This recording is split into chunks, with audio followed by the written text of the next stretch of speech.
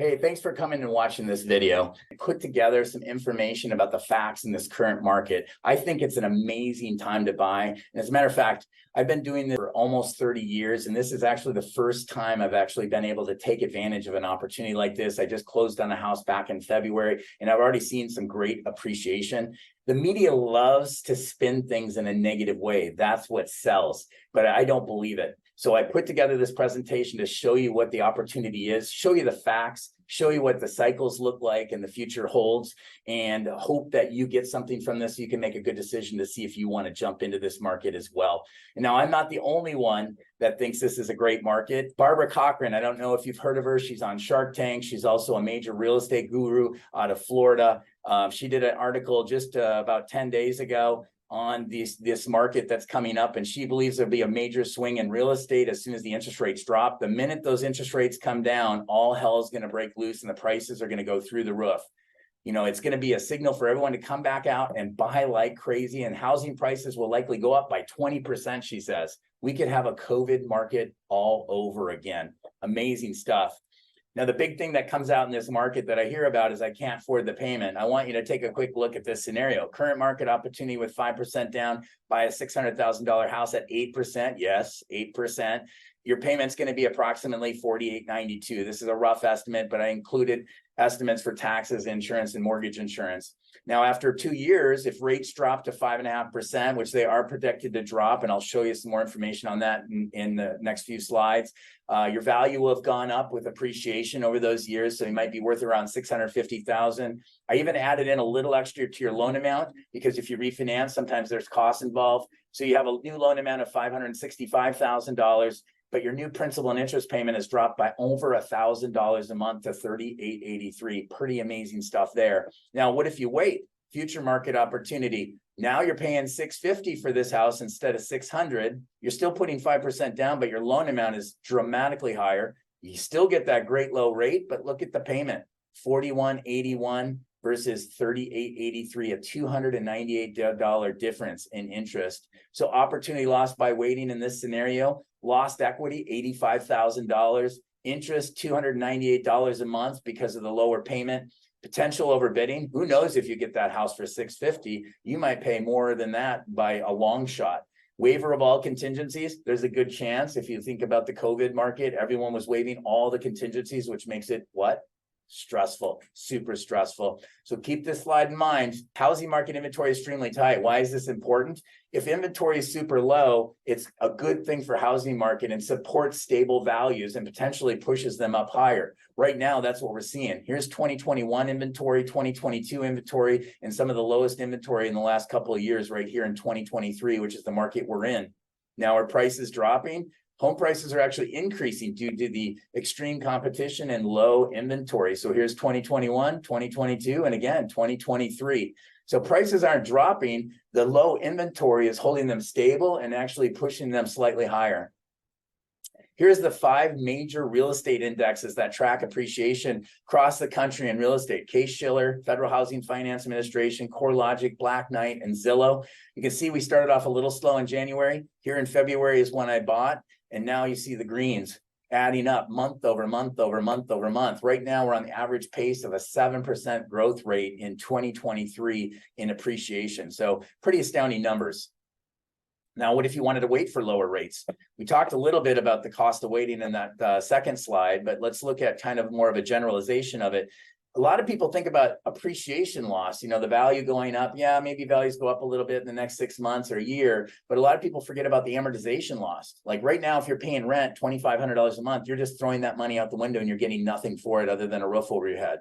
When you have a mortgage, a portion of that mortgage payment is going to pay down the balance of your mortgage. That's called amortization. And that's opportunity to build equity. That's what I love about real estate is as the value grows, as you make payments, the balance goes down. So you're gaining equity in 2 ways, which is amazing.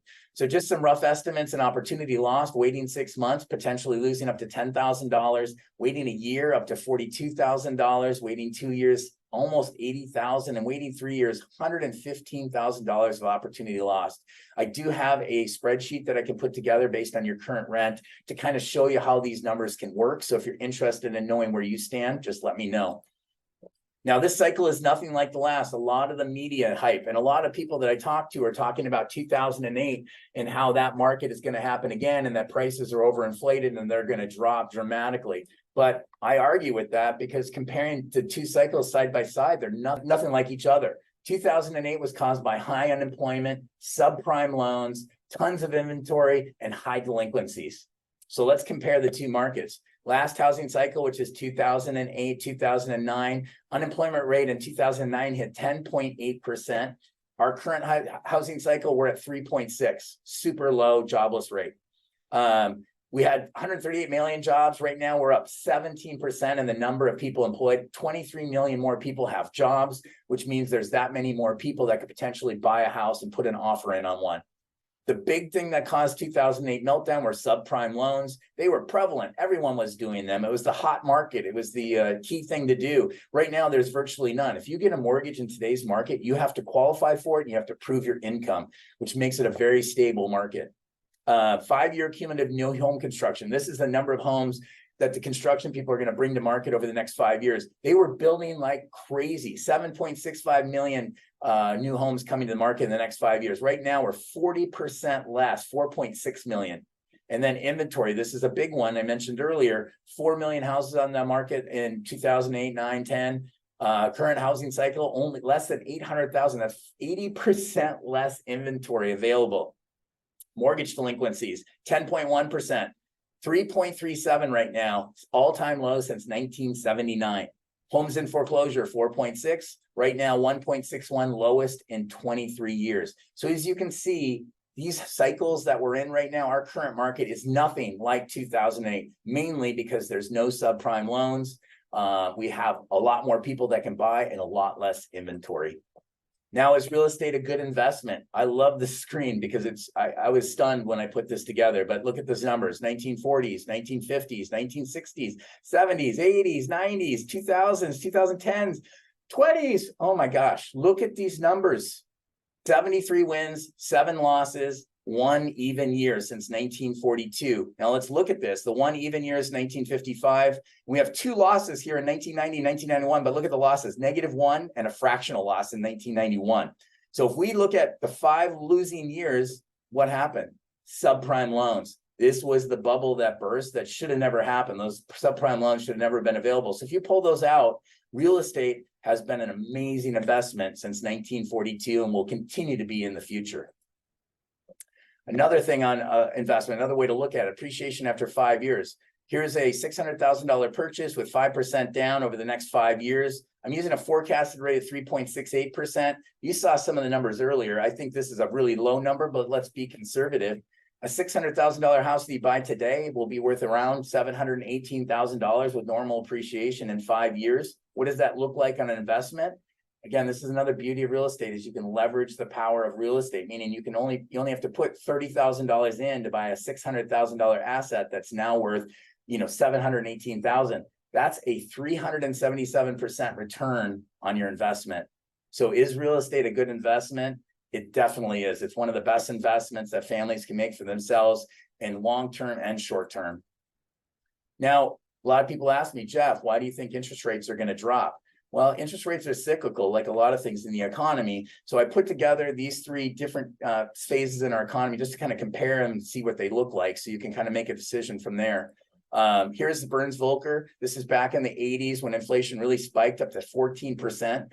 Mortgage rates, we saw them go to some crazy highs, 18.6%. And the Feds had to raise rates. They saw inflation jump and they had to raise rates up to 20%. What was inflation's response? It dropped significantly. What were mortgage rates' response? It dropped significantly. And what happened to the consequences? It sent us in a recession. And a recession is important, and I'll show you that in the next couple of screens.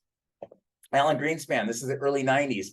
1.75 inflation jumped to 3.5. Mortgage rates jumped. Fed funds raised rates in response to the inflation, and inflation dropped due to the Feds raising rates. Mortgage rates response dropped 3 points, 8.5 down to 5.5, sent our economy into recession. Now our current market, this is Jerome Powell, our current Fed president.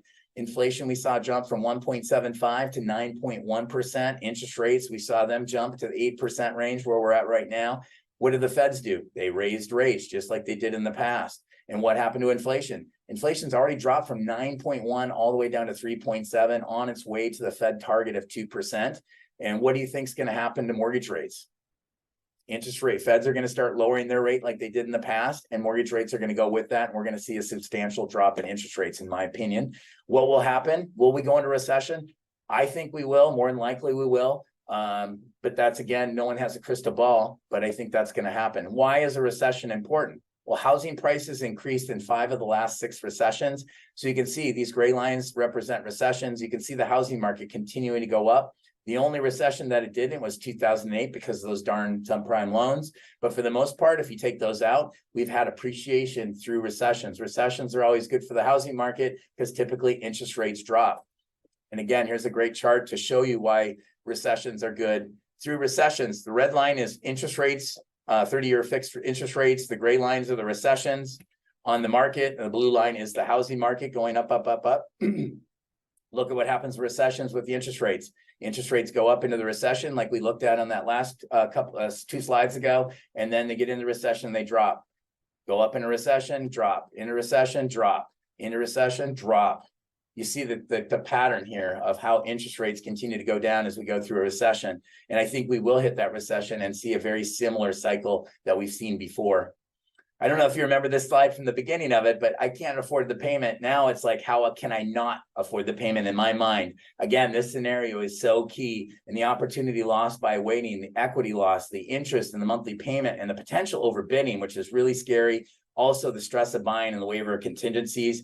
I can't afford the payment. I think you can't not afford the payment.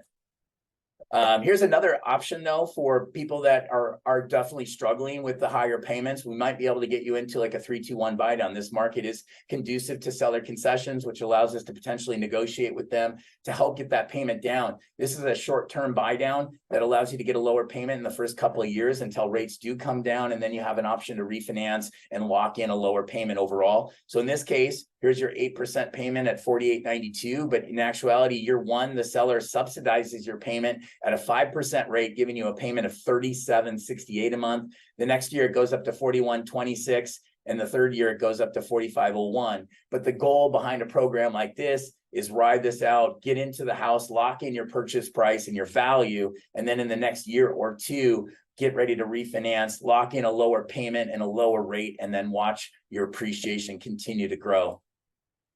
So that is the information. That's the facts. Those are the cycles. That's what I was looking at when I decided to jump into this market and take advantage of it. Hopefully you get something out of this. You can get a takeaway and decide for yourself whether this is a good opportunity to jump in or not. If you have any questions, you want to discuss anything further, definitely reach out. I'd love to chat with you about this. Thanks again for watching, and good luck out there.